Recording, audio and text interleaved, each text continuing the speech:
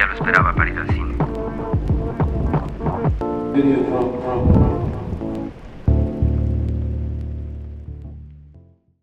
Buen día, gente, ¿cómo están? Espero que estén muy bien. Bienvenidos al capítulo número 8 de Audiodrome. En esta ocasión vamos a hablar de Raging Bull de Martin Scorsese.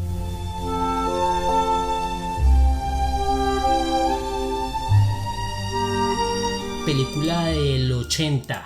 Un biopic del no tan conocido, pero tiene una vida interesante, el boxeador Jake LaMotta, que peleó más o menos dentro de la década del 40 al 50. Su vida interesante, ese carácter de autodestrucción, ¿no? Ese carácter tan fuerte hizo que Scorsese confiara en esa vida interesante e hiciera una de sus grandes películas, una de sus obras cumbres. Es una de las pocas películas, si no diría que la única, donde Martin Scorsese se juega, digamos que visualmente, por utilizar el blanco y negro, y es muy interesante la forma, digámoslo, un poco expresionista, como logra crear esas atmósferas del boxeo y de las calles de Nueva York.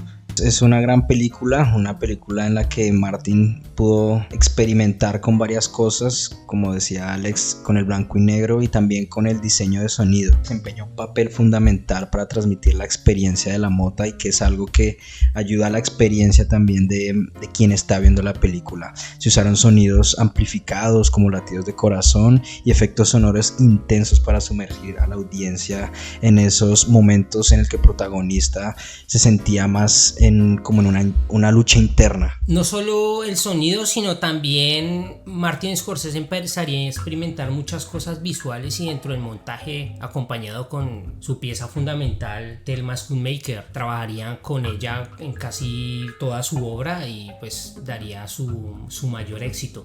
Por ejemplo, en esos fotogramas congelados después de los flashes de las cámaras, en esa rapidez del montaje, ¿no? Ese ritmo vertiginoso de la narración, el uso de las cámaras lentas también, el uso de las cámaras lentas para expresar alguna importancia del personaje o incluso algún miedo, ¿no? Eso haría una obra interesantísima de, ya dicho, la vida de Jake LaMotta. Y vamos a hablar obviamente de Scorsese que se integró en muchos géneros cinematográficos, ¿no?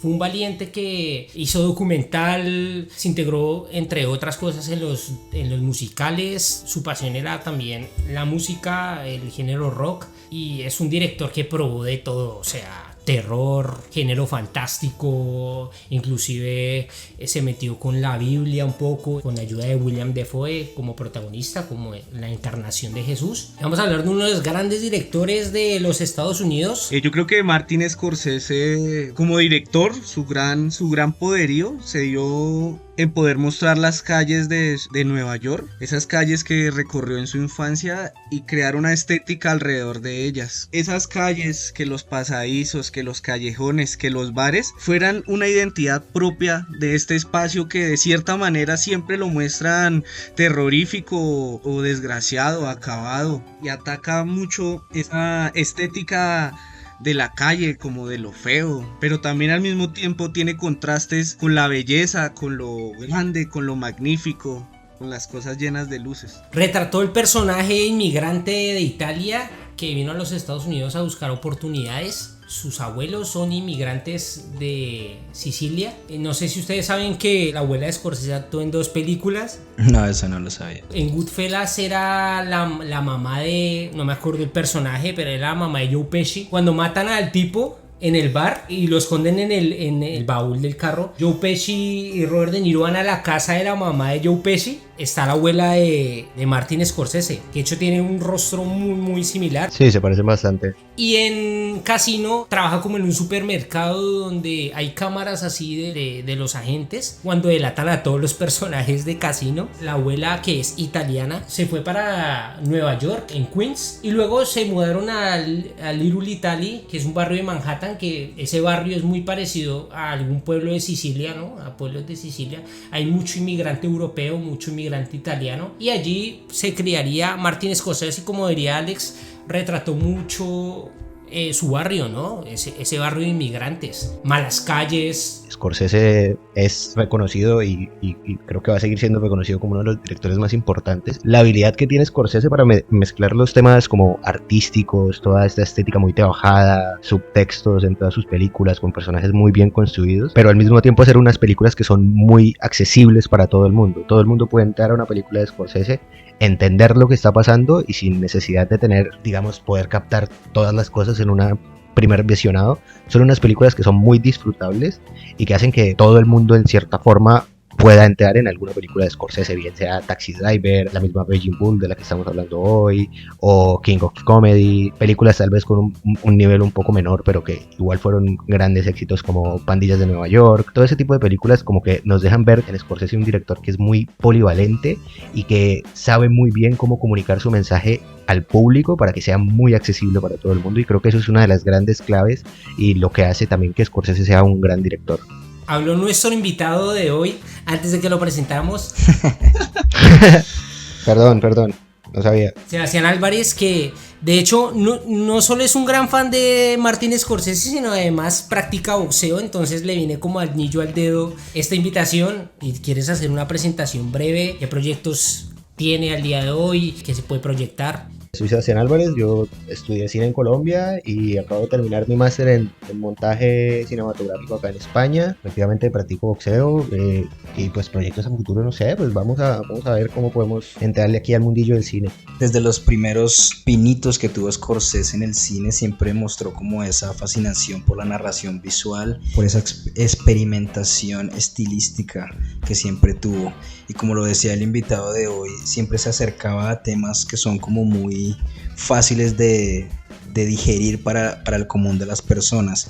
Entre ellos está pues la violencia, la redención, la moralidad y la identidad, porque dentro de las películas de Scorsese podemos ver una identidad muy marcada de los personajes y una profundización psicológica dentro de cada uno de ellos. Los papás querían que fuera cura, de hecho eso lo expresó mucho en Malas Calles, que es un largometraje en el que él imponía como esa condición del inmigrante entre ser sacerdote o pertenecer a la mafia, que era uno de los dos caminos que debían tomar. Eso era lo que quería la familia para él, porque era súper católica. Pues desafortunadamente para los padres y afortunadamente para nosotros no fue así. Scorsese entró en el cine gracias a sus hermanos, que pues lo invitaban a salas de cine a que viera películas. Entre ellas pues conocía a Michael Powell, que es un gran director británico, el director de El fotógrafo del pánico. Scorsese también fue muy amante de los western, le gustaba mucho John Ford, Howard Hawks, le fue motivando a que estudiara y se interesara por el cine. Tal vez el cortometraje que más recordamos en esa etapa, estamos hablando de finales de los 60, en el 67, David Shave, creo que lo hemos visto, ¿no? El tipo que se está rasurando en el baño. Ah, sí, ya sé cuál es. Comienza a cortarse. Es un veterano de la guerra, personaje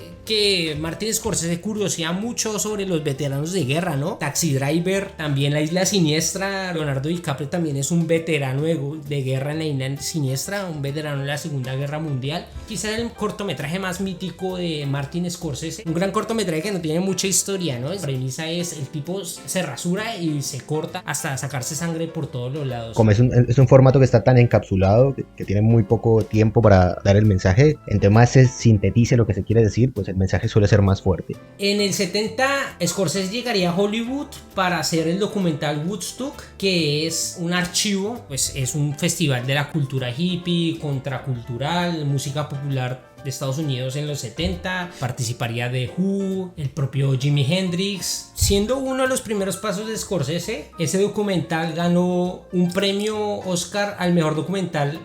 Fue exhibido en la edición Festival de Cannes. Scorsese empezaría con grandes pasos dentro del documental de bandas, que abriría como nuevas puertas a dicho género, ¿no? En el 76 hace Taxi Driver. Empezó flojo, ¿no? Scorsese. Con tremenda película. Con una de sus películas más recordadas y una de sus películas más simbólicas y mejor realizadas. Este tipo, Travis Bickle, interpretado por Robert De Niro, que ya se conocían en la juventud. Robert De Niro tendría más o menos la misma condición de Scorsese, abuelos inmigrantes italianos. El protagonista es un taxista también veterano de Vietnam. A causa de su insomnio se le da la gana de trabajar como taxista nocturno para ver la delincuencia, ¿no? Lo que él dice, la basura nocturna de las calles de Nueva York, porque él tenía como un odio, un repudio hacia las calles de Nueva York, pero al mismo tiempo estaba como interesada, ¿no? Le curioseaba todo ese mundo. Estaba como atormentado por la decadencia y la corrupción que veía en la ciudad, pero asimismo se obsesionaba por verla liberada de esa decadencia también moral. O sea, era como una lucha que él tenía ahí y se obsesionó tanto que lo llevó como a un camino oscuro y violento mientras intentaba rescatar a una prostituta adolescente. Me gustaría resaltar mucho como tal la forma en que logra Martin crear en el taxi, en este objeto, en este vehículo, un elemento muy importante que es como un símbolo propio de la ciudad o de las grandes ciudades, donde se confluyen muchas historias, que en una película como estas llega a tornarse incluso como el mismo protagonista, y Martin nos muestra planos de las diferentes partes del taxi, hasta incluso un punto de vista del taxi, y siempre está como muy presente también este elemento en otras películas de Martin Scorsese, el taxi, como un elemento donde se desarrollan las historias, donde concluye un poco del caos y también donde la gente del común se puede desahogar. Claro ejemplo sería el cameo que hace Martin Scorsese. Quiere matar a la mujer porque piensa que le está poniendo los cachos, ¿no? Taxi Driver plantea una cosa que no solamente le pasa con Taxi Driver, sino que le va a volver a pasar muchos años después con otra película. Problema que ojalá tener ese problema en todas las películas, que es, tenemos un personaje que es moralmente cuestionable, pero al mismo tiempo está tan bien construido que el espectador se termina acercando demasiado a este personaje y nos llevó a toda esta ola de gente que se terminaba sintiendo como muy cercano a Travis. Incluso llegaban a idolatrar un poco el personaje, que es un poco como contradictorio, teniendo en cuenta que la idea de la peli es como demostrarte a esta persona loca y decir como, a ver, no podemos llegar a estos extremos para querer limpiar las calles. Entonces es como curioso cómo puede tener un resultado negativo escribir muy bien un personaje, que también le pasaría después a Scorsese con otra peli muchos años después, que es El Lobo de Wall Street, que terminó convirtiéndose en como una bandera para precisamente la gente que se pretendía criticar en esa película. Entonces me parece que es muy curioso cómo le pasa ya 2 veces a Scorsese, víctima de su propio genio de crear personajes tan bien hechos que terminan sirviendo de apoyo para la gente que precisamente quería criticar con las pelis. Si yo no me equivoco, Travis es el personaje más mítico de toda la obra de Scorsese, ¿no? Es el que más se recuerda. Probablemente sí.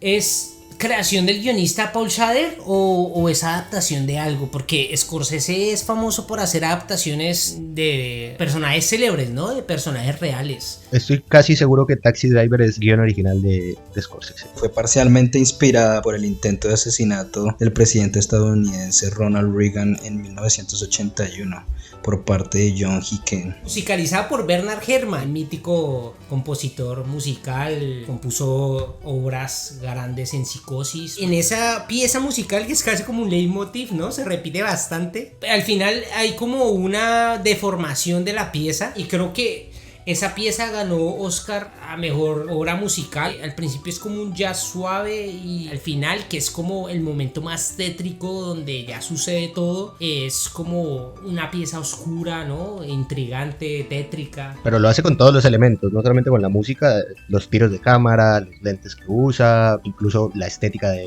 las paredes, las calles de Nueva York, que es un personaje más de la película, como ya habíamos dicho. Todo como que a medida que va pasando la peli va cambiando, incluso para reflejar un poco tal vez la paranoia que lleva Travis en la cabeza y cómo va viendo toda la realidad desformada para lo que le conviene ver. Sorprendentemente, esa fue la última partitura antes del fallecimiento de Bernard Herrmann, y pues eso también le otorga como un valor adicional, que fue lo último que hizo el hombre. Llega 4 años después Raheem Ball, que según Scorsese era la última película que quería hacer, porque llega El fracaso en New York, New York, que es un musical también protagonizado por Robert De Niro. Para él fue tan deprimente el resultado del musical, la taquilla, que dijo: Raheem Ball es la última película que quiero hacer. Y no sé si se acuerda Álvarez que el Thor... Sí, nos contó la historia de por qué se hizo Toro Salvaje. Estaba en el hospital y fue a visitarlo Robert De Niro. Y le dijo que tenía que salir de la enfermedad que tenía porque necesitaba hacer el guión de esta película que había contado. Y Scorsese estaba muriendo literalmente en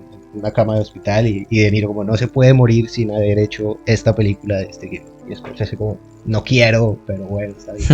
Y el resto es historia, ¿no? Es tremenda. Desde los 80s a los 90s, de la década de los 90, Scorsese no tendría una obra tan destacable, ¿no? Estoy muy en desacuerdo. Creo que una de las grandes películas de Scorsese que es supremamente infravalorada es El Rey de la Comedia, que también está con Robert De Niro. Jerry Lewis. Sí, es muy infravalorada. También es un biopic igual que Raging Bull. Voy a ir a miar, sigan hablando. Dale. Gracias por la información. Miren que me sacó del mood totalmente este hijo de puta. Tiene huevo. Nada, creo que una de las pelis más infravaloradas es El Rey de la Comedia. Sí, es un biopic también, igual que Raging Bull. Es del 82, también igual es protagonizada por De Niro. Es una peli que tal vez también es de nicho el tema que maneja, porque es sobre un stand-upero, que es un tema que tal vez toca más de cerca a los americanos, a los estadounidenses que al resto del mundo, pero es una muy buena película que tiene muchos de los elementos que hace que a la gente le guste Taxi Driver. Obviamente obviando un poco la violencia tan excesiva, pero está todo este tema y es un biopic igual que Raging Bull. Esta sí es a color, es a blanco y negro, pero está muy bien y Robert De Niro está increíble también en sus mejores momentos. Robert De Niro en la década de los 80 y principios de los 90, que creo que es su mejor momento como actor. Es casi imposible hablar de Martin Scorsese sin nombrar a Robert De Niro, ¿no? Es su actor predilecto para casi todas las películas que hizo, siempre está muy presente ahí, es como su actor fetiche. Llegaremos ya a ese punto, pero hasta que llega DiCaprio y le quita el puesto, pero sí. En El Rey de la Comedia es muy interesante ver cómo Robert De Niro tiene esa facilidad para hacer personajes como con una dualidad presente y que a lo largo de la historia siempre se va desarrollando y el personaje va cayendo poco a poco en su locura. Casi siempre es como una tendencia en los personajes de Robert De Niro. De pronto se puede admirar en un plano muy repetitivo que es el del personaje hablando frente al espejo. Y ese lo podemos ver en películas como Taxi Driver, Toro Salvaje y El Rey de la Comedia, así, fuertemente marcado. Incluso está esa escena en Taxi Driver de, ustedes la recordarán, que dice "Are you talking to me?". El man del odio, que el director es Matthew Kassovitz, se copió de Martin Scorsese o cogió esa referencia directa de Taxi Driver, donde Vincent Cassel en una escena apuntando el arma al espejo pues recrea la escena de Travis. Bueno, y de hecho esta película tiene mucho de Martin Scorsese porque expresa siempre una violencia explosiva, un personaje que tiende a acabar con los demás, a creerse superior, tanto con él mismo como con los que lo rodean. ¿Me escuchan? Llegó el mión.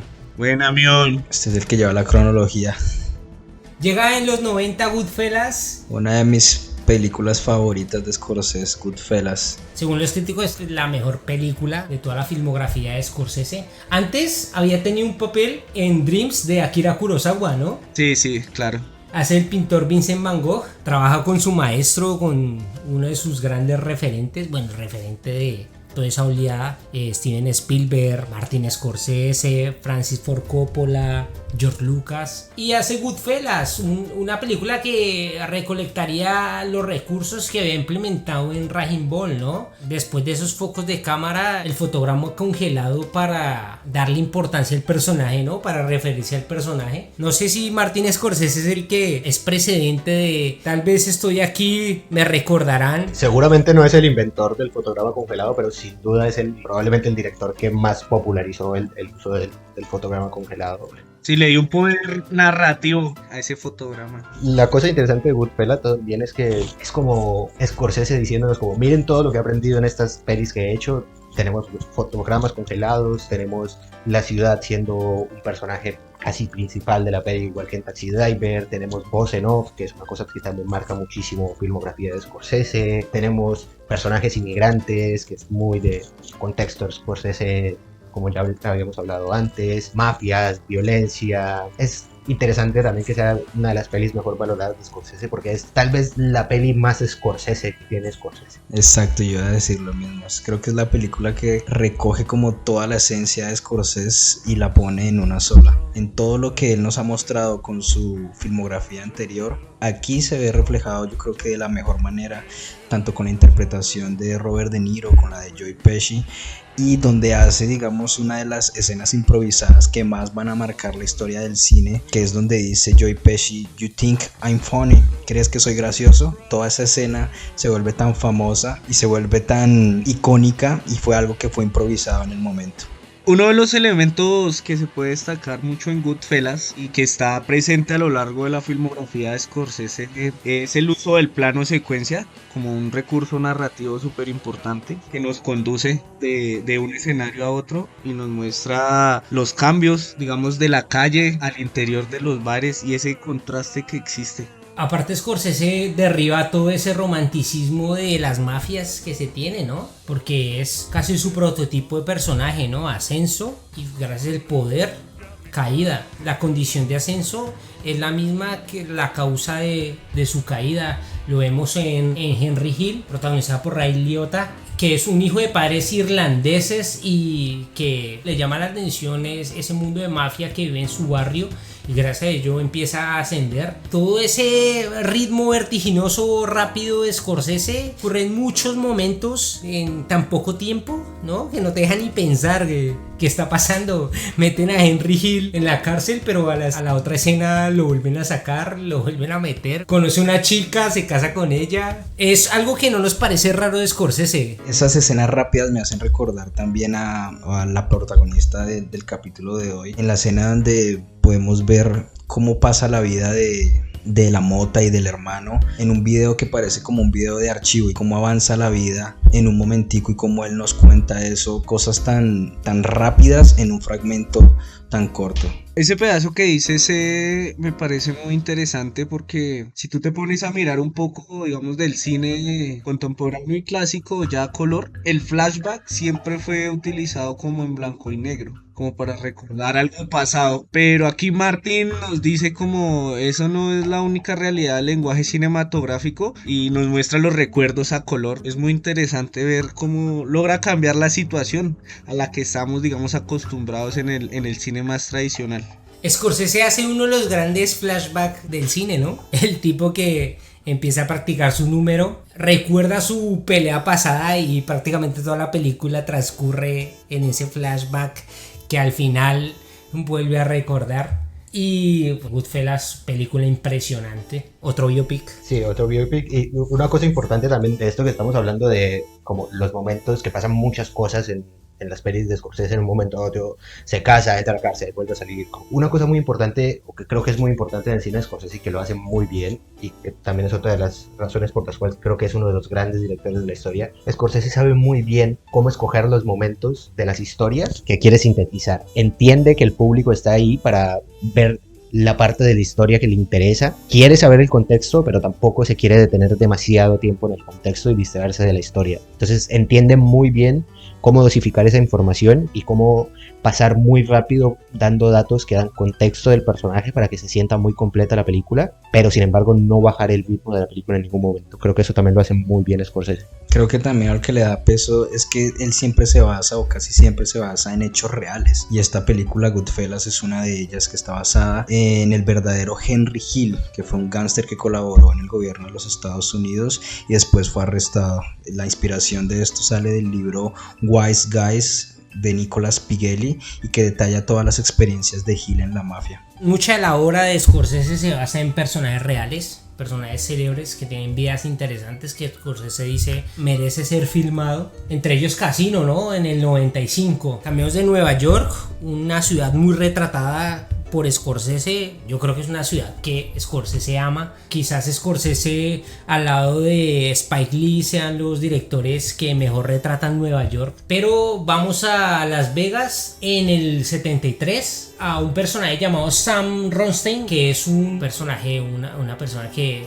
dice yo quiero controlar un casino. Nicky Santoro, ¿no? Llega con la idea de, entre comillas, proteger a Sam. En realidad trae la violencia, ¿no? Al negocio negocio, porque era un negocio que mal o bien estaba controlado en los casinos, pero lo que hace Nicky Santoro es llevar el matar por matar. Otra película que digo muy parecida a Goodfellas, pero que Scorsese nos trae nuevos recursos, ¿no?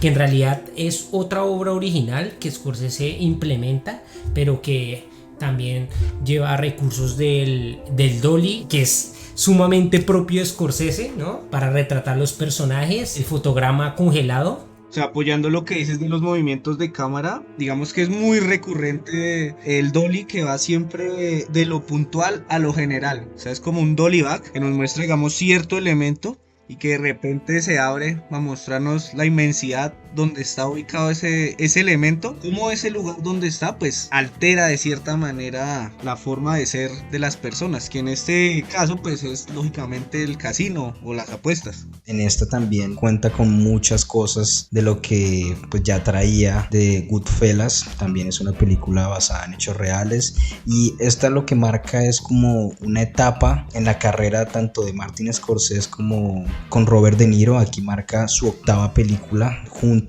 en todo lo que lleva pues Martin Scorsese dirigiendo. También se enfoca, digamos, en recrear esa atmósfera muy real de Las Vegas entre los años 1970 y 1980, con una autenticidad pues muy propia, digamos, de la época y pues obviamente del nivel de la película que es Casino. Otra cosa que me pareció interesante en Casino, y ustedes me corregirán si no estoy seguro, es que aquí Martin Scorsese hace una pequeña referencia a Robert Bresson directa. Muestra un fotograma de una película, creo que es Pickpocket, durante una de las escenas. Y si ustedes se fijan, pues en Casino, pues por lo que se juega con las manos, es muy recurrente el plano, así el primer plano de las manos, el mejor estilo Robert Bresson. Pero también a lo largo de sus otras películas, la mano es un elemento muy importante, casi que narrativo, que influye dentro de la misma historia de las películas. Es la primera película digital de Scorsese, ¿no? Por ejemplo, Thelma Schoonmaker, la montadora de esta película, tendría como mejor oportunidad en elegir los planos, y dentro del diseño sonoro habría como más rango, ¿no? Más espacio de establecer textura, digamos, en las fichas de los casinos, dentro de todo eso, para crear esta obra. Aquí quiero implementar un elemento puntual de Scorsese, y es que él plantea un contexto, en este caso es el casino, pero realmente lo importante es la condición del personaje, ¿no? Implementa, por ejemplo, la vida laboral de los personajes, pero realmente lo importante es su relación matrimonial, por ejemplo, que es igual de importante a ese mundo de mafias.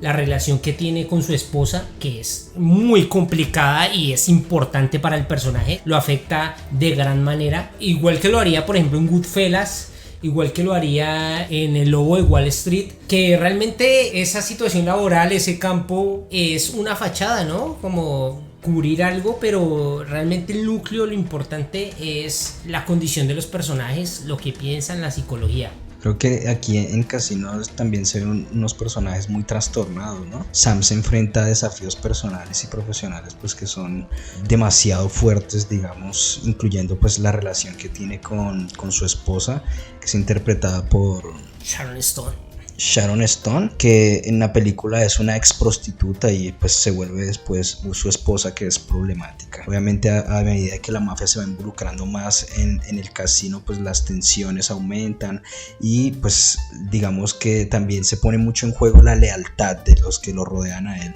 Como resaltar un poco tal vez lo que ya dijiste al principio, que cómo cambia el contexto de la peli de Scorsese, que normalmente siempre es Nueva York, y acá nos vamos a Las Vegas. Se nota el cambio, ¿no? Tal vez es la única pega que se le puede dar a Casino como peli, es que le falta como ese entendimiento que tiene Scorsese de las calles de Nueva York, que tal vez se echa en falta un poco en Casino, y tal vez por eso siento que esta peli sigue siendo maravillosa, sigue siendo increíble peli, pero tal vez se queda un poco atrás con relación a Goodfellas, a Taxi Driver. Tal vez le falta a Scorsese paparse un poco más del contexto de otros sitios, a entender que está en otra ciudad diferente, en otro contexto distinto, ¿no? Y llega a Infiltrados, sorpresa, porque llega en el 2006. Dígame, desde el 95 al 2006, una obra considerable de Scorsese. Yo tengo una que es un poco un gusto culposo porque sé que no es muy buena peli en realidad, pero me gusta mucho, que es Pandillas de Nueva York. Creo que es del 2001 o 2002, si no estoy mal. Es una peli que vuelve Scorsese tal vez a esa como exploración de Nueva York que siempre ha sido su ciudad, pero mucho antes de la Nueva York que conocemos ahora. Y en un momento estábamos hablando de los dollies y las grúas que usaba Scorsese de plano pequeño a un plano muy amplio que te muestra mucho contexto, y creo sinceramente que como movimiento de cámara Pandillas de Nueva York tiene la mejor grúa de toda la filmografía de Scorsese, que es cuando salen los conejos asesinos de la madriguera y se muestra la pelea y luego se va abriendo el plano hasta que vemos Nueva York completa. Creo que es el mejor plano técnicamente de Scorsese con ese estilo del dolly out que tiene Pandillas de Nueva York. Es un gustillo culposo, no es la mejor peli de Scorsese ni mucho menos, pero es un gustillo culposo. Y si tienen algún amigo que no le sabe mucho al cine y es un poco exigente, solamente ve Rápido y Furioso, El Transportador, ese tipo de pelis, yo creo que Pandillas de Nueva York es una peli muy sencilla, tiene mucha acción, es muy divertida de ver y creo que es una muy buena manera de que la gente que no le gusta Scorsese, porque hay gente que se extraña en el mundo y no le gusta Scorsese, pueda entrar a ver Scorsese, que es con Pandillas de Nueva York. Otra película antes de Los Infiltrados y pues que a mí me pareció interesante fue la del Aviador. A mí también me pareció buena esa película. El Aviador es anterior a Los Infiltrados, pensé que era después. El Aviador también es muy buena peli. Como ya nos tiene acostumbrados el director de un magnate, se llamaba Howard Hawks, que pues era conocido por trabajar en la aviación, pero también por adentrarse un poco en el cine. Por adentrarse un poco, hijo de puta, es severo director. A ver, un poco. Entonces aquí nos sacan otra vez de Las Vegas y de Nueva York para meternos dentro de Hollywood y dentro de todos los conflictos que se generaban, digamos, en su interior, porque este señor Howard Hawks, o sea, quería hacer cosas épicas, o sea, solo lograr cosas épicas, digamos, técnicamente. Siempre ir adelante de los demás. Si los otros directores usaban 3 cámaras en una escena, él usaba 10 para lograr capturar mejor desde su perspectiva cada elemento que componía pues las narrativas. Y pues también ese es un personaje que, digamos, dentro de la película de Martin se va perdiendo un poco dentro de su poder, dentro de la fama. Y también el amor es un elemento importante que desvía. A partir de la mujer empiezan a generarse diferentes giros de las tramas. En El Aviador se hace también una muy buena referencia al Ciudadano Kane. En una parte de la película el protagonista Hughes proyecta el Ciudadano Kane y ve cómo quienes están ahí pues reaccionan a lo que está pasando. Ciudadano Kane, que es una película que Martin Scorsese admira infinitamente. De hecho, él confiesa haberse visto Ciudadano Kane muchas veces. Es una película referente para su obra. Aparte, también vemos en el personaje Foster Kane esa caída, ¿no? Que asciende y cae, prototipo de los mayores personajes de Martin Scorsese en toda su obra. Llega a Los Infiltrados, que es una de sus películas más galardonadas de su filmografía, ¿no? Por fin gana el Oscar al mejor director y a la mejor película. Thelma Schoonmaker gana su segundo Oscar a mejor montaje. Nos da como esa encrucijada en Los Infiltrados, ¿no? Esos hilos que no se logran entender, como este personaje que tiene muy buena educación, que está como en los rangos altos, trabaja con la primera participación de Jack Nicholson en una película de Scorsese, que es un jefe de la mafia, y como este otro personaje que es interpretado por Leonardo DiCaprio, que está en como una educación más baja, que es un chico problemático, trabaja para la policía y se ven como esos enredos, ¿no? Es una película interesantísima que llegaría como también Scorsese a su gran esencia en esta película. Es increíble que haya ganado el Oscar después de tantas nominaciones con una película que fue basada en un remake, una película que se llama Infernal Affairs del año 2002 de Hong Kong. Él reconfigura pues toda la trama en contexto pues a la ciudad de Boston y el crimen organizado de la ciudad, y la premisa central de Los Infiltrados es la policía y pues las identidades ocultas que se mantuvieron. Pero es la misma, prácticamente es la misma película. Yo creo que hay dos cosas importantes con esta peli. La primera es que creo, desde mi punto de vista, a diferencia de Casino, en esta peli sí se nota una diferencia en la ciudad, en cómo Scorsese retrata Boston, cómo muestra que las calles y la gente es diferente, la gente y la forma como la ciudad vive alrededor de estos personajes es diferente a cómo se vive en Nueva York. y creo que se nota mucho en esta peli, que en esta peli sí logra Scorsese transmitir esta sensación. Y lo segundo es que yo creo que con esta peli le pasó a la Academia de Estados Unidos una cosa que le pasa mucho, que es cómo es posible que Scorsese no tenga un Oscar. Vamos a compensarlo un poco con las pelis que hemos visto de Scorsese a lo largo de la historia. Que la única película que tenga un Oscar de Scorsese sea Los Infiltrados es sospechoso, cuanto menos sospechoso, y me parece que no es la primera vez ni va a ser la última vez en la historia que la Academia haga una compensación de sabemos que te teníamos que haber dado el Oscar antes, perdón, ven, te lo damos ahora. No es una mala peli, pero es que no es Raging Bull, no es Goodfellas, no es Taxi Driver. A ese muchacho de familia italiana allá al fondo, por favor, que alguien que le dé un Oscar. Llega La Isla Siniestra en el 2010. Puta, me tocó cortar porque se me fue el perro internet. Creo que nos saltamos un poco por encima el hecho de que ya desde hace unos años Scorsese cambió su actor. Pues había sido todo con Robert De Niro, y de unos años por acá, de la época de los, más o menos desde los 2000, empieza a hacer todo con DiCaprio, que también es un poco cuando DiCaprio empieza a cimentarse como un actor serio, de tratar de quitarse toda esa mancha de actor de pelis de adolescentes, de actor de solamente soy chico guapo. Empieza a trabajar con Scorsese y todo el mundo empieza a decir como este niño del Titanic sabe lo que está haciendo. Por eso llega La Isla Siniestra en el 2010, también protagonizada por DiCaprio, encarnando a un agente judicial llamado Teddy Daniels, que pues, tiene una misión en una isla en Boston para investigar la desaparición de una asesina llamada Mortimer, ¿no? Ahí es donde Ahí es donde Scorsese indaga más como en el thriller psicológico. Antes había hecho... Scorsese es el maestro del thriller, es innegable, ¿no? Scorsese es el maestro del thriller. Y Hitchcock. En Taxi Driver dice que Scorsese hace el primer thriller moderno. Referenciaría también a Driver, protagonizada por Ryan Gosling. Drive. Y llega La Isla Siniestra, que Scorsese, no sé, ustedes, es como la primera implementación como en el terror, ¿no? De Scorsese. No está sumergido dentro del género, pero es casi terror, es un thriller psicológico. En Scorsese vemos las imágenes más impactantes, ¿no? Más crudas, más tétricas. Cuando él comienza a tener estas alucinaciones que no sabe qué es lo que está pasando, la primera vez que lo medican, digamos que todo el ambiente que lo envuelve en este hospital psiquiátrico es bastante fuerte. Parece de verdad una película pues con mucho terror, con escenarios demasiado oscuros que muestran cómo puede llegar la mente humana a transgiversarse. Tergiversarse. Sí, señor. Actually. Ojo con contar algo de esta peli porque entramos en un hilo de... Justo iba a decir, no sé si podemos hablar del final o no podemos hablar del final.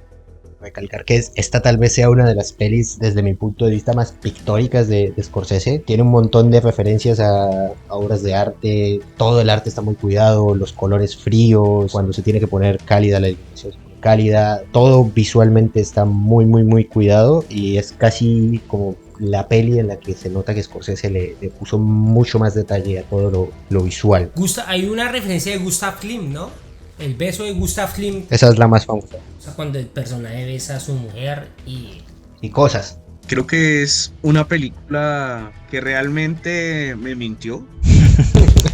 Pero usted de qué está hablando. Me engañó. La estética de lograr engañar realmente al espectador, crear toda una narrativa alrededor de un personaje, puede llegar a ser convincente y al final darnos un golpe en la cara directo, mostrándonos la realidad del mundo dentro de esta película. Creo que eso es lo que más me impacta. Pero es de esas pelis que tienen este tipo de sorpresa, como dicen, pero que está bien hecho, ¿no? Porque hay muchas pelis que tiran de esto como casi como un recurso fácil para simplemente sorprender al espectador y ya quedarnos con esa sorpresa y que eso sea suficiente. En Shutter Island no pasa esto, porque luego la vuelves a ver la peli y desde el principio dices, esto estaba pensadísimo, desde el primer plano de la primera escena hasta el último plano antes de que te digan el final, todo está pensado para que llegue a eso y está muy bien construida todo el arco de la peli. Sin dar spoilers del final ni nada, pero pues esto es conocido como ambigüedad, ¿no? Lo que pasa en esta película. Se generan pues debates y múltiples interpretaciones porque la película desafía al espectador a cuestionar la realidad y a formar, digamos, sus propias conclusiones sobre la verdad detrás de los eventos. Llega en el 2013 Lobo del Wall Street, que para mí es como que... Se metió un pase de perico y... Se mandó el pase de Scarface. Ey, pero vamos a ver cómo nos vamos a saltar la mejor película de la historia de Scorsese, la invención de Hugo Cabret Llega la invención de Hugo. Increíble película que les recomiendo a todo el mundo que si puede, por favor, no se la vean. Que si tienen la oportunidad de vérsela, desaprovechenla. Yo la descargué, pero no me la vi, güey. Vean el paseo 3 mejor. Claro que sí. Sale Josh Méliès y a la mitad de la película dice, no, quítenme de esto que está una mierda. Sí, no, Hugo, no. Vamos al lobo, Que para mí es como si Scorsese dijera, quiero hacer otra película así como Casino. Aquí la dio toda, man. Es tremenda peliculota. Aparte que es la película más conocida y más memera, ¿se puede decir que es memera? Se podría decir memera o se podría ser una persona educada y decir con más componentes semióticos para la cultura general, pero como quiera, como cualquiera de las dos opciones está bien. Actually. En esta película, o sea, yo veo un elemento que no estoy seguro, pero creo que, o sea, Martin Scorsese por lo general no rompe la cuarta pared del cine. En El Lobo de Wall Street saca como este nuevo recurso de meter al personaje directamente con el espectador a través de la mirada, incluso del diálogo. Creo que es como más evidente en esta peli, ¿no? Porque sí, como dice Daniel, lo hacen casi todas las pelis, pero por medio de la voz en off simplemente. Pero sí, El Lobo de Wall Street es la única peli en la que directamente el personaje te mira a cámara, te habla directamente a ti como espectador, como siendo consciente de que estás en una peli. Hace que sea más inmersiva, ¿no? Por ejemplo, cuando están practicando los discursos para hacer las ventas, eso lo hace a uno pues sentirse parte de la experiencia que está tratando de mostrar el personaje. Es una de las pelis más locas en cuanto a montaje también, yo creo, de Scorsese. No necesariamente que sea la mejor, pero sí es donde es como más notorio, donde más se hace ver con todas estas cosas que pasan a la vez, va y vuelve. La misma escena que estabas hablando ahora de cuando están ensayando los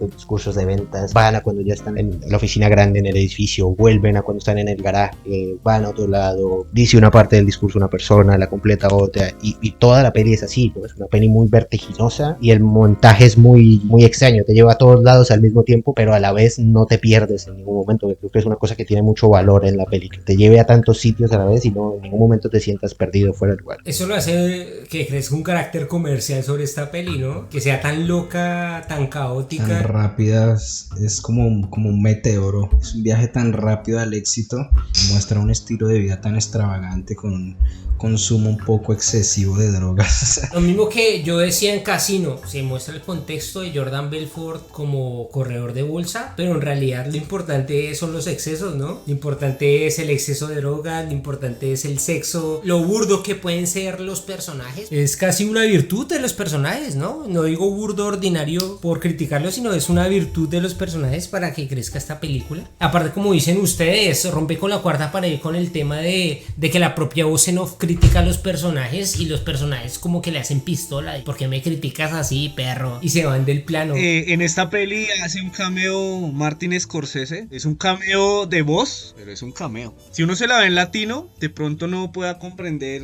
qué es Martin Scorsese, porque él tiene una voz muy característica, como aguda, como chillona. No sé si recuerden la escena cuando DiCaprio llega a la nueva empresa que vende acciones, pero baratas, y que le dicen que se gana el 50% de lo que venda. Y el primer cliente al que engatusa, ese es Martin Scorsese. Luego está el irlandés, ¿no? Que creo que es una cosa importante a ver, tal vez la peli no fue lo que prometía hacer, pero fue más como por el hecho de Netflix decir como, miren, nosotros también hacemos cine de verdad. Y tenemos aquí a Martin Scorsese, vamos a hacer una peli de 4 horas, la vamos a estrenar primero en salas de cine para que vaya a los Oscar, y nosotros hacemos cine de verdad, somos Netflix y queremos que nos tomen en serio, y es como importante que el director que escogiera Netflix para que los tomaran en serio en el mundo del cine fuera Scorsese. Del irlandés, a mí en lo personal me encanta porque siento que es como un homenaje a Robert De Niro y a Joe Pesci, esos personajes icónicos dentro de la filmografía de Martin. Yo creo que quería resaltar otra vez estos personajes, darle la oportunidad de volver a vivir dentro de su cine, dentro de esas narrativas del narcotráfico. Aparte que los maquillan muy bien para que se vean jóvenes, ¿no? Ya tienes tecnología, eso no es maquillaje. Creo que lo hace con CGI, ¿no? Con ChatGPT.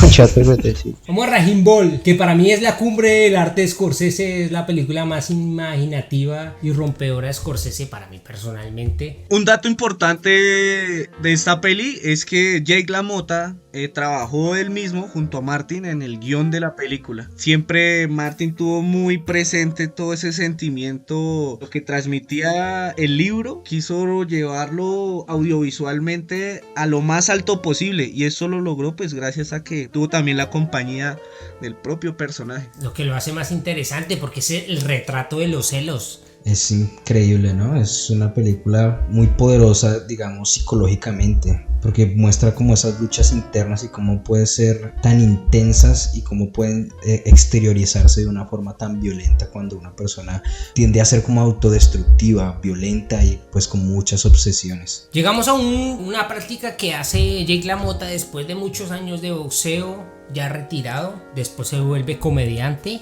entre comillas. Lo que recuerda es el flashback más importante de la carrera de Scorsese, ¿no? Una pelea con Jimmy Reeves en su año de su debut como boxeador, que se encuentra derrotado, su hermano Joey le anima a seguir luchando. Gracias a los ganchos, a dos ganchos izquierdos consecutivos en la mandíbula de su oponente se recupera, luego golpea consecutivamente a su oponente y su oponente queda noqueado. Igualmente gana Jimmy Reeves por puntuación y la gente empieza a reclamar y la gente se vuelve loca, ¿no? Se forma severo caos en el ring de boxeo. Yo creo que esta escena funciona como un gancho muy fuerte porque tú de principio cuando ves esta escena primero te encuentras con la velocidad, con el dinamismo del movimiento de las cámaras. El Motion Maker lo que logra con el montaje es hacernos sentir en piel pura cada golpe. Planos de 1, 2 segundos que encadenados logran un ritmo que te acelera pues el corazón y te sientes inmerso en esa pelea. Hizo el montaje de su vida, yo creo, en esta película. La dio toda. Pero yo creo que Scorsese también las tenía craneadas. Yo creo que eso es una de las grandes como injusticias del cine, ¿no? No solo en esta peli, sino en ninguna peli. Hasta qué punto el genio es el director o el genio es el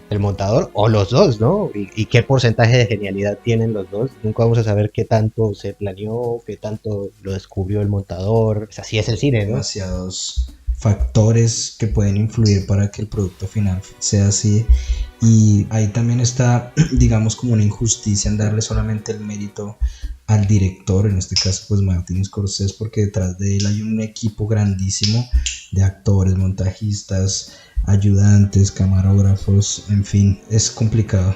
Esta escena tiene otro elemento que a mí me parece muy importante, él lo usa a lo largo de toda la película y son los subdramas. Digamos en esta escena que tú hablas de la primera derrota de Jake LaMotta, de repente pierde, ¿no? Y Joe Pesci le dice pues que celebre, que él fue el ganador real. Y entonces mientras está pasando ese drama en el ring, en la gente que está viendo el espectáculo, empieza a haber una pelea y esto se va entremezclando como entre los jueces alzando la mano, una chica pisada por las personas que intentan salir como del estadio, y todos estos subdramas lo que hacen es apoyar esa idea como de violencia, esa estética fuerte que maneja Martin. Pues el movimiento es una parte muy importante, obviamente, del cine en general, pero en esta peli es muy importante, ¿no? Como las mismas cámaras lentas, como remarcamos el movimiento para luego llegar a momentos de mucha acción muy rápidas. Esta misma como acciones en segundo o tercer plano que están sucediendo nos dan esta sensación de dinamismo siempre en cuadro, ¿no? Que por más que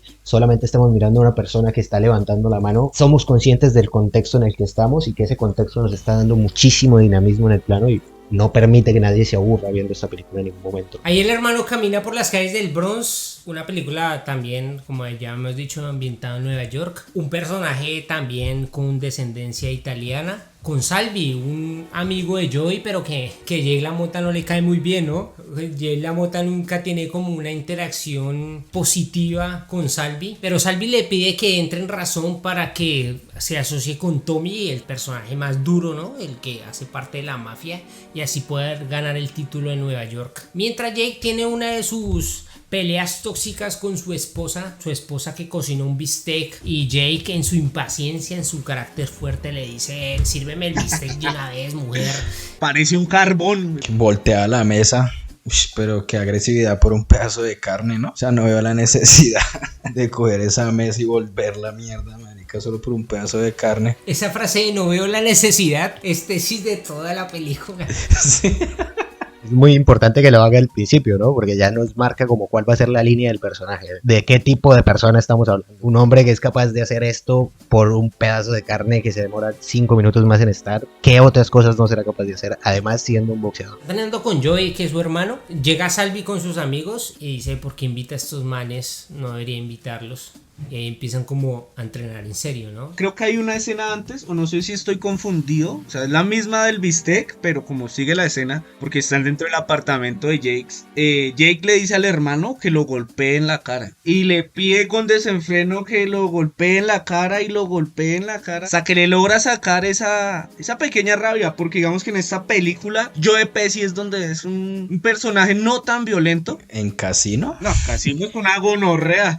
Y en Goodfellas también. Que aquí tampoco es una perita en dulce. Aquí cogió a uno contra la puerta de un taxi. Yo creo que Martin Scorsese pensaría: este man tiene potencial para ser un personaje. Para ser violento. Eso no quiero que salga en el podcast, muchachos. Pero ustedes saben en qué película chistosa actúa Joe Pesci. El man actúa en Mi Pobre Angelito 1 y 2. Todos lo sabemos. Y el man antes de ser actor era cantante también y sacó un álbum. Yo no pensé que un actor, digamos, de una fama así fuera a caer tan bajo. Pero bueno. Y ustedes saben que Robert De Niro actuaba en Los Fokker.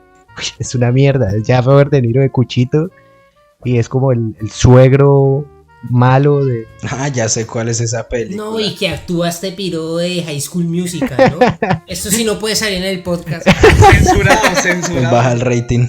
Lo peor es que esa peli es una trilogía. Uy, perro, ¿se la vio? ¿Cómo así?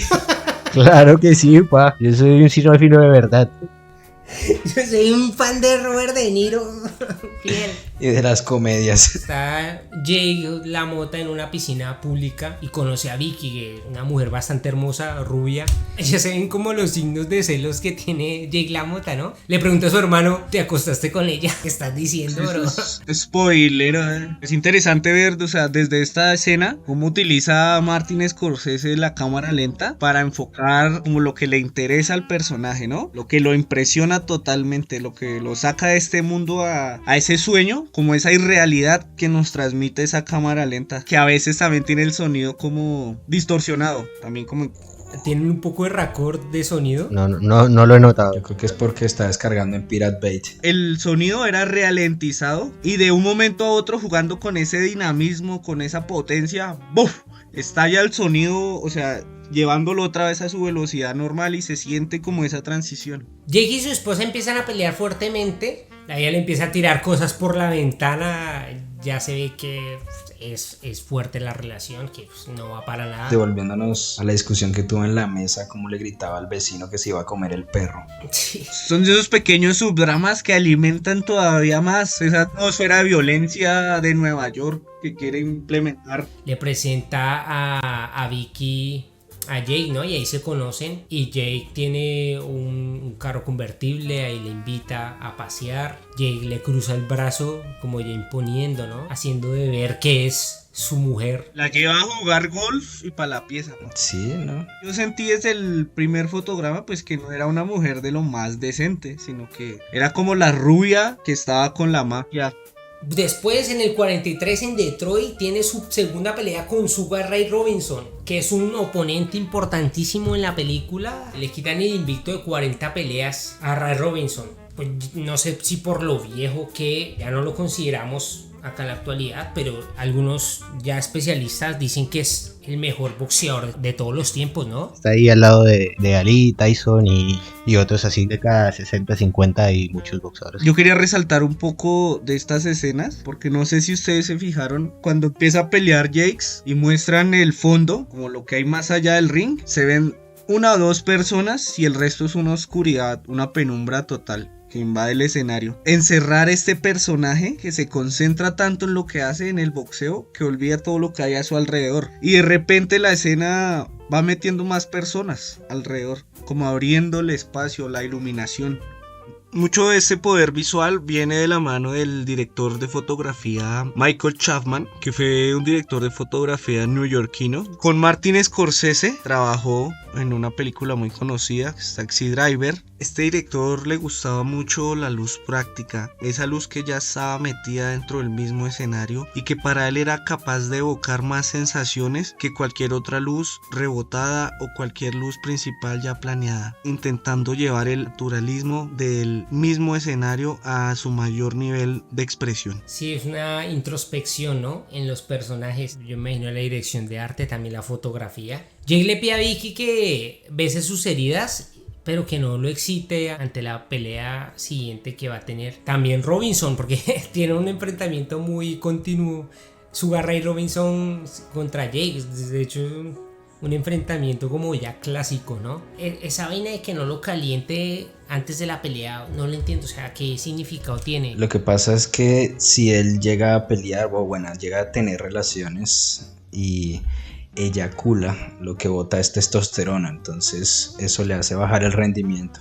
Es muy normal antes de peleas de boxeo, no se puede tener relaciones, tampoco masturbarse, es un régimen muy normal porque se pierde mucha testosterona en eso y buena parte de lo que lo mantiene a uno en pie ahí cuando le están partiendo la cara es la testosterona. 43, su tercera pelea con Robinson, y a pesar de su gancho izquierdo en la mandíbula que derrumba a Robinson, en el séptimo asalto él gana por puntuación unánime, ¿no? Y ahí es cuando Jake se observa derrotado en el espejo, que es casi un símbolo de Scorsese, ¿no? Ya lo vimos en Jake LaMotta, lo vimos también en Travis, es casi un símbolo de la derrota, de la soledad, ¿no? Un personaje dándose cuenta de hasta qué punto está empezando a caer. Vemos con una secuencia, un montaje de videos caseros de Jake, de sus peleas del 44 al 47, pero no en forma audiovisual, sino casi por fotogramas, y de Jake disfrutando con su esposa e hijos, que al fin y al cabo es otra parte muy importante en la película, ¿no? Esta película, lo importante no es el boxeo, sino lo importante es la condición del personaje, que el boxeo es como un antifaz, pues, como un plus. Sí, yo estoy de acuerdo y creo que es muy interesante ver cómo esta peli es del 80 y después, muchas décadas después, empezamos a ver como este resurgir después de los biopics de esta manera, ¿no? Que son biopics que nos hablan de un personaje histórico muy importante, pero que se centran en un solo momento de su vida y como volviéndolos mucho más humanos. Pelis como Jackie o este tipo de pelis que se centran en un personaje que fue muy famoso, pero nos muestran un día normal de esta persona. Sienta un poco las bases de esto, no tan exagerado porque no es solamente un día, pero sí es como que el boxeo, quién gana en el boxeo, quién pierde en el boxeo, simplemente es como una excusa para seguir mostrándonos cómo es la vida de este hombre que realmente es un personaje muy interesante y muy trastornado, ¿no? No es como Rocky, o sea, podemos ver una gran diferencia si la comparamos con una película como Rocky, ¿no? En la que Rocky sí, el boxeo es como lo principal y toda la peli gira en torno a si Rocky gana o pierde la pelea. Acá la pelea y el boxeo es como una excusa para que sigamos mirando a este personaje tan interesante. Rocky tiene que darle las gracias a esta película, ¿no? Gracias a esta película se inspiran también para realizar la primera película de Rocky. Y tiene muchas referencias de Toro Salvaje en cuanto a la composición. Ya que se habló de la composición en sí, me gustaría resaltar mucho, pues tanto el trabajo del director de fotografía como de Martin para componer cada uno de los planos de los que está compuesta esta película. Creo que tienen una composición donde la mirada, el ojo del personaje siempre está en el tercio, tiene simetría, profundidad de campo. Michael Chapman, que aparte de trabajar en esta película también trabajó en Taxi Driver, ¿no? Y ya no trabajó en más películas de Scorsese. A mi ojo, son las películas mejor dirigidas fotográficamente. Aquí vemos a Jake después de la pelea frustrado porque pesa 76 kilos y debería pesar 70 para pelear, y tiene que pelear con Janiro, un joven que según la historia es muy bien parecido, y según su esposa Vicky, ahí empiezan a acrecentar los celos de Jake LaMotta. Antes de pelear con Janiro, salen a un club, ¿no? Joe Pesci le dice que se tome un tiempo, que se relaje y que salga con su mujer, que disfrute más. Y se van a un bar, a un club, y pues se encuentran con todos estos mafiosos en una mesa aparte. Y pues que obviamente atraen a Vicky hacia ellos, generando el inicio de los celos de Jake. A mí también me parece que aquí hacen como un guiño a lo que va a ser, digamos, el futuro de la mota con el animador que hay en este bar. Comienza a decir unos cuantos chistes, unos cuantos comentarios y absolutamente nadie le está poniendo como atención. Creo que es como un pequeño guiño a lo que viene. Y ahí entre esas dos hay una pequeña escena en el apartamento de Jakes donde sale la mujer como lamentándose y está ese guiño, ese pequeño guiño expresionista que yo comentaba, y es que se ven unos puntos de luces increíbles, o sea, el personaje inmerso entre las sombras, pero hay pequeños puntos de luz que lo remarcan, digamos, del fondo para que no sea un negro total. El director de fotografía utilizó para también mostrarnos un poco de esos sentimientos ocultos que tienen los personajes y por los que les va como les va dentro de la narrativa de la historia. Todo esto se le acumula a la mota en la pelea que tiene con este sujeto, lo destruye totalmente. Los planos que vienen en la pelea son muy inmersivos a cada golpe que recibe el contrincante de parte de la mota. Son golpes contundentes y se nota el odio que tiene, recordando obviamente pues todo lo que dice la esposa. Joe, el hermano de Jake LaMotta, dice que Jake LaMotta le volteó la nariz a Yaniro, ¿no? Se la pasó de un lado al otro. Sí. El entrenador hace entrenar más a Jake como en una especie de sauna para que baje de peso más rápido. Hay otro elemento muy característico también dentro de las películas de Martin y es el uso del flash de la cámara. Tanto para el montaje, para mí tiene un significado que es lo efímero de la fama. Como en un instante se puede resplandecer y consumir todo sin tener control de ello. Muy bien, porque no solamente lo hace en Raging Bull, ¿no? También lo hace en Goodfellas, Casino. Aparte de que esos personajes tienen una fama muy efímera, entre comillas, ¿no? Como que están en lo alto, pero en cualquier punto pueden caer. Un caso que podemos ver también de un boxeador que es colombiano, Pambelé, estaba en la cima de su carrera o en lo que podría ser la cima de su carrera, y la fama, las drogas, la falta de disciplina pues lo acabó totalmente. Creo que la carrera del boxeador, por lo menos en años anteriores, ¿no? 90, 80, inclusive en estos años, estamos hablando de los 50, donde trastambaleaba un poco, ¿no? Era inestable la carrera de los boxeadores. Por eso mismo, ¿no? Tú hablas del caso de Pambelé por las drogas, pero también hablamos del caso de Jake LaMotta por querer participar con la mafia, ¿no? Exacto, detrás de eso hay una mafia, hay gente que controla eso, y como lo vemos en la película, siempre hay esa persona involucrada detrás que trabaja, digamos, por debajo de mesa, que tiene intereses personales y que quiere simplemente es ganar dinero a costillas de los demás. Por eso Jake en una parte de la película también le dice que él es el que se parte la cara y que ellos son los que se llevan el dinero, que no se va a dejar robar de esa manera. La película continúa exactamente con la parte donde Joe Pesci está en un bar hablando de boxeo con unos ancianos, por decirlo así. Él ve a la mujer, a Vicky, que entra, digamos, con los enemigos de Jake al bar. Este actor Joe Pesci, digamos que su personaje es muy calmado, pero en esta escena hay como una curva dramática y lo lleva a ser totalmente violento y a desatar el caos ahí dentro del club. No quiero ser literal, pero rompe todo. No quiero ser literal, pero literalmente... No quiero ser literal, pero le estrella la puerta del carro. Le parte un vaso en la cara, le corta la cara, le mete como 3 cachetadas. No, lo vuelve mierda. Que se parece mucho luego a la escena de Goodfellas, ¿no? Que también es con Joe Pesci, es muy parecida a la escena. En el bar también. Y Casino también. Bien, Casino también, sí. Qué salvaje como le da con la puerta, como le da en el piso. Ahí se destapa ese personaje a su naturalidad, ¿no? Pero dentro del mundo de Martin Scorsese. Tommy, que es el tipo más duro de la mafia, hace que Joe y Salvi se reconcilien, ¿no? Como que no pasó nada y Salvi todo lesionado. Para ti está bien, para mí está bien también, y le da la mano. Como si le hubiese metido un calvazo o algo así, como que... Hijo de puta.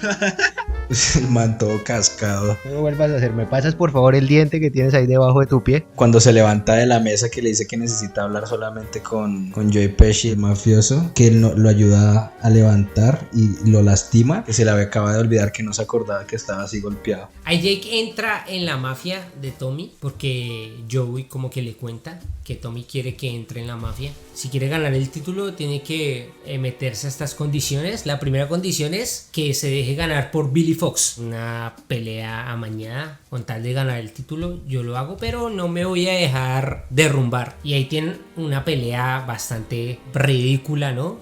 Billy Fox se muestra como un poco cobarde. Jake LaMotta tenía su cierta fama de que nadie lo vencía, tenía cierto miedo. La gente sospecha de que es arreglada porque Jake LaMotta nunca se deja vencer. Y ahí empieza como la caída de Jake LaMotta, ¿no? Como un golpe a su honor. Era un personaje tan fuerte, tan altanero, y de repente está llorando porque pasaron por encima de él. Es bien impactante. Otra cosa que pronto estalla todo eso también, obligarlo a que llegue a ese punto, yo creo que también es la relación con su mujer, que en ese punto ya se ha tornado en solo celos. El hermano siempre le aconseja como que o le meta una golpiza o que la deje, pero que no se desconcentre de las peleas. Todos estos celos, todas estas cosas también creo que llevan al personaje a que acepte por fin lo que siempre se estaba negando. Como que ya llega un punto en el que se siente tan cargado en que opta por la salida fácil y comienza la decaída de Joe LaMotta. De hecho, esos celos se encienden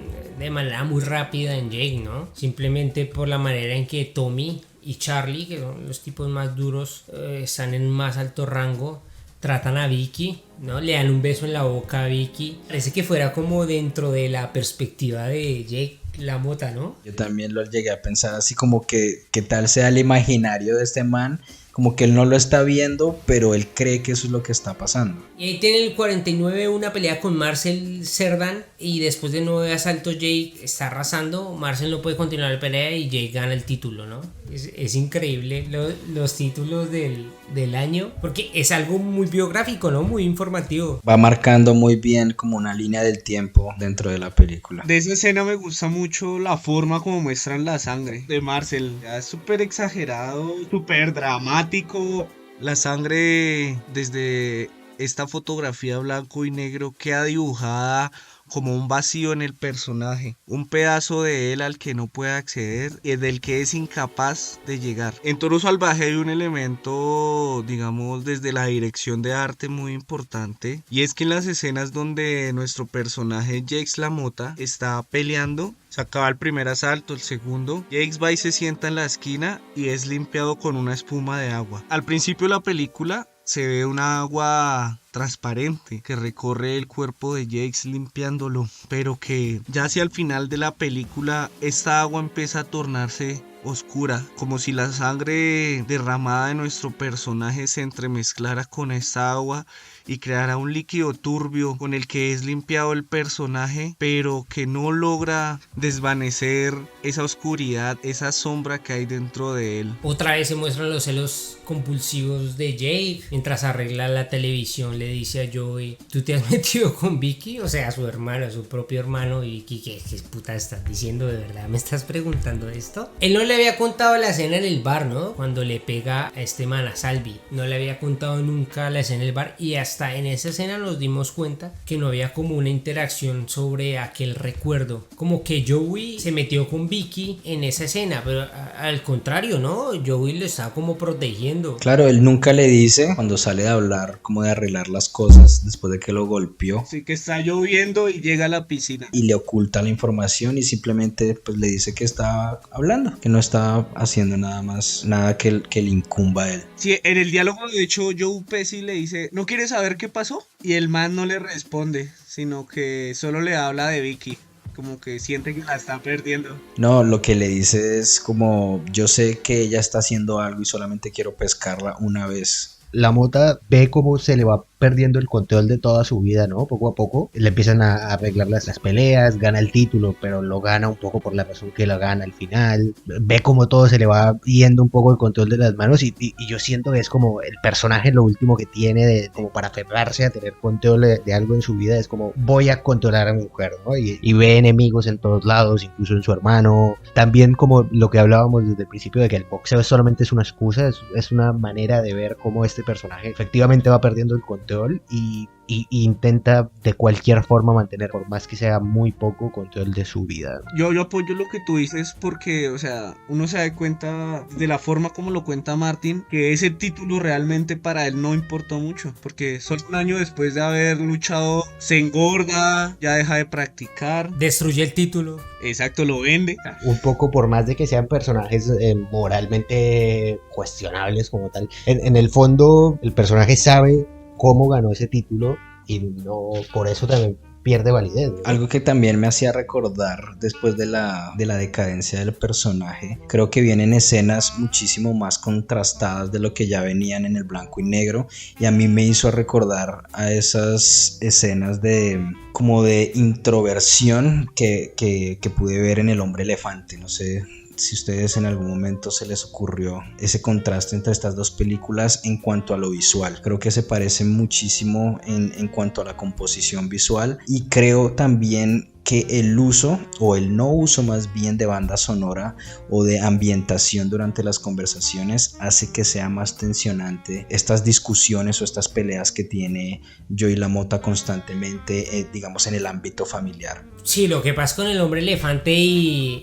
Raging Bull es que son películas muy nuevas para la ambientación que tienen, ¿no? 40 años antes. El Hombre Elefante creo que se hizo en los 90 o 80 también, pero que se ambienta en los 40 y tiene una ambientación genial, ¿no? Tiene una ambientación muy propicia. Genial, la dirección de fotografía es perfecta. Pues Vicky siempre se ve como muy sumisa entre Jake, ¿no? Es demasiado joven. También teniendo en cuenta un poco el contexto de la mujer que es, ¿no? Porque es una mujer de los años 50, entonces yo creo que no es tan sumisa, tan introvertida, teniendo en cuenta que es una mujer de los años 50, ¿no? El solo hecho de que siga manteniendo sus amistades de antes de casarse, que sea capaz de ir a tomarse algo con alguien, que en cierto modo también es lo que la lleva a que un hombre tan controlador y tan, pues también siendo un hombre de los 50 y con el carácter que ya nos ha marcado la peli que tiene LaMotta, que es lo que lo lleva también a tener estas reacciones de celos tan exageradas, ¿no?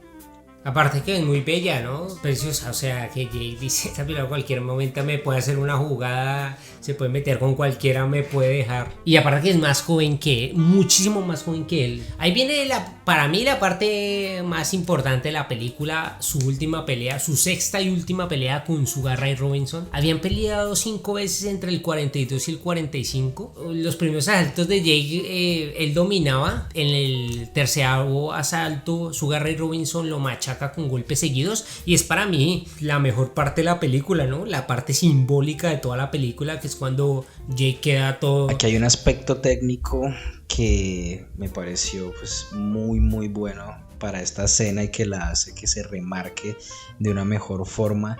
Es el dolly junto con el zoom out, que hace que el personaje parece como que si lo absorbiera la pantalla. Es una sensación muy inmersiva y que apoya mucho pues lo que está pasando en ese momento. Después de este dolly con zoom out, lo que viene es una cantidad de golpes que recibe LaMotta hasta que pues se cae. Una cantidad de golpes que Scorsese exagera, porque en realidad las peleas de boxeo no son tanto así. Con esa cantidad de golpes te hacen un technical KO al quinto golpe, así como en la peli, al tercero, cuarto, quinto golpe como máximo te hacen un technical KO y se acaba la puta pelea, porque eso ya es un peligro para los boxeadores. LaMotta lo cogieron fue de tamborcito. La real pelea fue sanguinaria, pero no, o sea, Scorsese la exagera como para crear más entretenimiento alrededor de la pelea y para que la película sea como más carismática. Pero en realidad una pelea de boxeo, yo creo que el man no se deja meter tantos golpes, ¿no? En realidad es como más luchada. También yo vi pues en algunas secuencias de las peleas como que nunca se cubren la cara, ¿no? O sea, como que recibe los golpes así nomás y tiene los brazos abajo y pones la cara en vez de los brazos. Está mucho más teatralizado todo. Los golpes que le pegan cuando se muestra ese plano con la boca toda abierta y levanta la mano más alta que su cabeza, Obviamente así no son los golpes de boxeo, para nada, pero es mucho más teatral, es mucho más visual y termina siendo más impactante que un golpe que de verdad fuera impactante. Un poco como la diferencia entre el tiempo real y el tiempo cinematográfico, pero en este caso en las acciones, que también es una cosa que por ejemplo hace muy bien Tarantino, ¿no? Da igual si es realista o no es realista, porque acá estamos haciendo cine, lo que queremos es que la gente se la pase bien. Cuando él le parte la cara al otro luchador que sale como un chorro de sangre de la ceja, es bien exagerado. Inclusive salpica sangre en frente al público en algún plano en esa pelea, ¿no? Todo el público recibe la sangre de Jake. Esa pelea se llamó la masacre del día de San Valentín entre Jake LaMotta y Sugar Ray Robinson, una de las peleas más sanguinarias de la historia del boxeo, aunque no es técnicamente el retiro de Jake LaMotta porque tuvo peleas posteriores. Vamos a Miami el 56, donde ya Jake está retirado en su mansión con la cara vuelta a mierda, está bastante cicatrizado la nariz, está bastante hinchado. Tiene la nariz ni los habanos esos que se fuman. Está cansado de controlar su peso, está muy agradecido con el boxeo, pero ya basta. Inclusive compró un bar, ¿no? Y lo llama Jake LaMotta, poco egocéntrico el hombre. Después se vuelve humorista, ¿no? Hace sus rutinas de humor, ¿no? Y ahí viene peor la decadencia por un error tan estúpido. Por dos chicas que dicen tener 21 años. Y debido a esto su mujer también lo deja, ¿no? Antes le pide el divorcio también. Lo busca la policía, los agentes. Ahí se ve la frustración de Jake LaMotta. ¿Por qué es tan estúpido? Le pregunta al policía, dígame si usted cree que esta niña tiene 14 años. Obviamente, ¿no? Se veían más adultas las actrices. Sí, claro. Ya, por lo que sea, las actrices sí tenían 25, ¿no? Iki tenía como 40. La actriz era la abuelita de Scorsese. Me la quería vender de 15 años.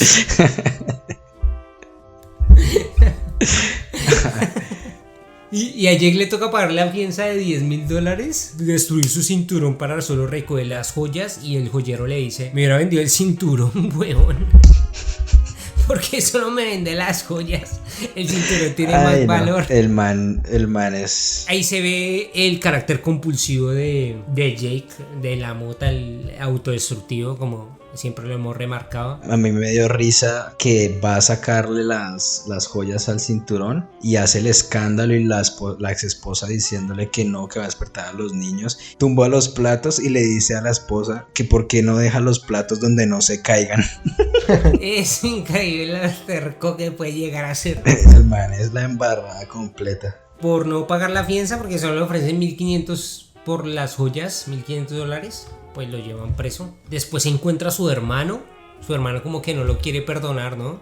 Jake lo empieza a besar. Bueno, antes de eso vemos a que Jake LaMotta, después de la cárcel, pues se convirtió en como animador de un pequeño bar en el que lo estaban escuchando. La vida que tuvo, ya de eso no queda absolutamente nada. Su hermano lo quiere perdonar y no cede, dice nos vemos después, como para liberarse de la situación, ¿no? Y ya al final vuelve el flashback, Jake LaMotta ya retirado practica su número de comedia. Martin Scorsese se caracteriza por hacer cameos dentro de sus películas, ya muchos son conocidos. Dentro de Toro Salvaje, en la película en la que abarcamos este podcast, existe un cameo que muchas veces es imperceptible. En la primera escena aparece nuestro personaje ya adulto, Jake LaMotta, hablándole al espejo, ¿no? Y creando el flashback más largo de la historia del cine y de la filmografía de Scorsese. Pero de repente aparece un hombre que lo llama al escenario, avisándole que en 5 minutos empieza el show. Si se observa con entusiasmo y con claridad, se ve que es Martin Scorsese. De igual forma, como lo habíamos dicho antes, él tiene un timbre de voz único, y al escucharlo se pueden dar cuenta que es el director, la persona que está llamando a Jake LaMotta para que inicie su show al final de la película. Que para él no es una tragedia tan grande. Yo creo que Jake LaMotta lo sabe soportar muy bien, ¿no?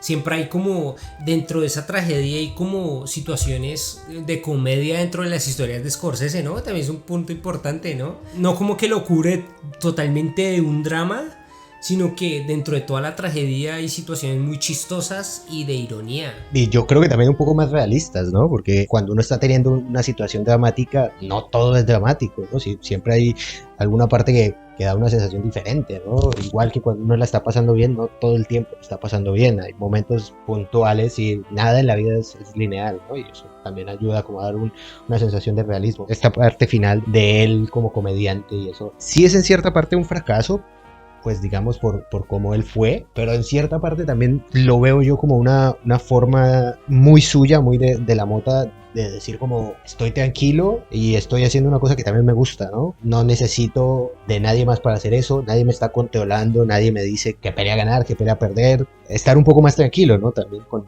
este final. Sí, tratar de verle el lado bueno pues a la situación y no dejarse derrotar. Se ve también que pues está saliendo con la bailarina del bar. Su vida como que vuelve a tomar rumbo después de la tragedia de a poco. Una de las grandes películas de Scorsese, película que no se pueden perder. En su cine más cercano. Con lo que yo me quedo es las secuencias de las peleas. Creo que es algo visualmente muy atractivo. Creo que es algo de recalcar el trabajo que se realiza con estas secuencias de imágenes, de flashes, de imágenes estáticas. Aporta demasiado a lo que es en general Toro Salvaje. Yo quiero remarcar lo de las peleas. La última pelea que tiene con Sugar Ray Robinson, yo creo que es el emblema de la película. Técnicamente es la parte más importante. El último golpe de Sugar Ray Robinson hacia Jake LaMotta. Igual nunca lo habíamos comentado, pero Jake LaMotta tenía ese lema interior de que nunca se derrumbaba, ¿no? De que no se dejaba caer. Incluso en la pelea real tenía como esa condición mental, ese ideal de me pueden vencer pero yo nunca me caigo. Sinceramente les digo que es una de las mejores escenas que he visto en mi vida en una película. El montaje de Thelma Schoonmaker, la fotografía de Chapman y la dirección de Scorsese me parece una escena brillante. Sí, las escenas de las peleas están muy bien, pero como por decir otra, tal vez me quedaría un poco con la escena del bar. Me parece que Scorsese es un sitio que maneja muy bien, no solamente en esta peli, sino en todas sus pelis, sobre todo teniendo en cuenta que los bares son espacios complicados, ¿no? Con muchos extras, muchas cosas pasando a la vez, y creo que Scorsese mantiene muy bien el control de lo que está en plano todo el tiempo y siempre mantiene el enfoque del espectador en el sitio en el que tiene que estar. Mi escena favorita realmente está compuesta por dos escenas que creo que una complementa a la otra, siendo la primera donde se ve destruido la personalidad del personaje, pero digamos que de una manera leve, y siendo la segunda donde la personalidad de este personaje estalla totalmente y queda derrumbado. Entonces mi primera escena es cuando Jakes, luego de vender la pelea contra Fox, cae destruido llorando en los brazos de su hermano ante la mirada de su ayudante, con los paparazzis afuera esperándolo para entrevistarlo, y es el poder que tiene la imagen del hombre llorar después de conocer a un personaje que es tan fuerte, tan poderoso, tan irreverente, pero el ver que la misma vida y su sueño de ser el campeón lo ha llevado por este camino, por esta senda de autodestrucción, diluido a lo más mínimo de su ser. Y creo que a esta escena la complementa otra, ya llegando casi al final de la película, donde Jakes, al no poder completar su fianza, es llevado nuevamente a la celda en la prisión, y luego de forcejear con los guardias es encerrado en un lugar totalmente oscuro. Y me gusta resaltar de esta escena el poder visual que tiene las sombras, que logran dibujar la personalidad arruinada de este personaje, o la ayuda del expresionismo para resaltar todos estos sentimientos del personaje a través del uso de la luz. Ok, películas recomendadas, ¿quién empieza? En todos los últimos capítulos creo que estoy recomendando es una serie. En este caso quiero recomendarles la serie The Crowded Room. Es una serie psicológica que está ambientada en Manhattan en el verano de 1979. Trata sobre un joven el cual sufre de un trastorno psicológico de personalidad múltiple. Es una muy buena serie, muy corta, solamente de 10 capítulos, que vale mucho la pena. A ver, yo la tengo clara. Yo voy a recomendar, por seguir con la ola de pelis de boxeo, puedo recomendarles una peli de Clint Eastwood, Million Dollar Baby, no sé cómo se llama en español. También es un biopic de un entrenador y una boxeadora. En este caso la boxeadora es femenina. Está muy bien la peli. Clint Eastwood sabe hacer cine, es lo único que sabe hacer, pero lo hace muy bien. Actúa también Clint Eastwood, también lo dirige. No es tan vieja, es desde 2005, creo que está en Amazon. Súper recomendada. También sale Morgan Freeman, muy entretenida. Bueno, mi película recomendada en este podcast es Pickpocket de 1959 del director Robert Bresson. Quiero recomendar esta película principalmente por dos aspectos. El primero, de ese modo de mostrar el cuerpo humano, las manos, los pies. Creo que Robert Bresson fue uno de los primeros directores que tuvo esta tendencia estética y Martin Scorsese lo usa en varias de sus películas. El guión fue escrito por Paul Schrader, el mismo guionista que trabajó con Martin Scorsese en Taxi Driver y el cual fue el primer gran guión de cine que realizó este escritor. Bueno, yo quiero recomendar esta vez una película que pertenece al género de cine negro llamado Cuerpo y Alma de Robert Rosen, un director al que Scorsese le tenía mucha admiración. Es predecesora referente a Raging Bull, de un chico humilde que quiere aspirar a ser boxeador. También, igual que Jake LaMotta, se adentra en ese mundo corrupto de la mafia que quiere arreglar peleas para, digamos, manipular el campeonato. También la recomiendo porque está un tipo muy conocido dentro de este podcast, el fotógrafo James Wooho. Fue fotógrafo de la película Seconds. De las películas más relevantes que hizo fue esta de Cuerpo y Alma. Y bueno, amigos, esto fue todo. Gracias por nuestro invitado, gracias a los que nos escuchan, a los que nos siguen. Un capítulo más de Audiodrome. Espero que nos podamos ver en la próxima. Nada, muchas gracias por la invitación y vean Scorsese. Consuman cine. Vean Scorsese, aprovechen que solamente mide 1.50 y eso dura un poquito. Mide 1.50 Scorsese. Vean Clint Eastwood también, que ese también está. Y creo que va a ser protagonista de nuestro próximo capítulo. Eso depende del invitado, si está comprometido o no. Visiten Memorias del Cine, que está la escena que yo comenté, la última pelea con Sugar Ray Robinson. Y nos vemos. Adiós. No me extrañen.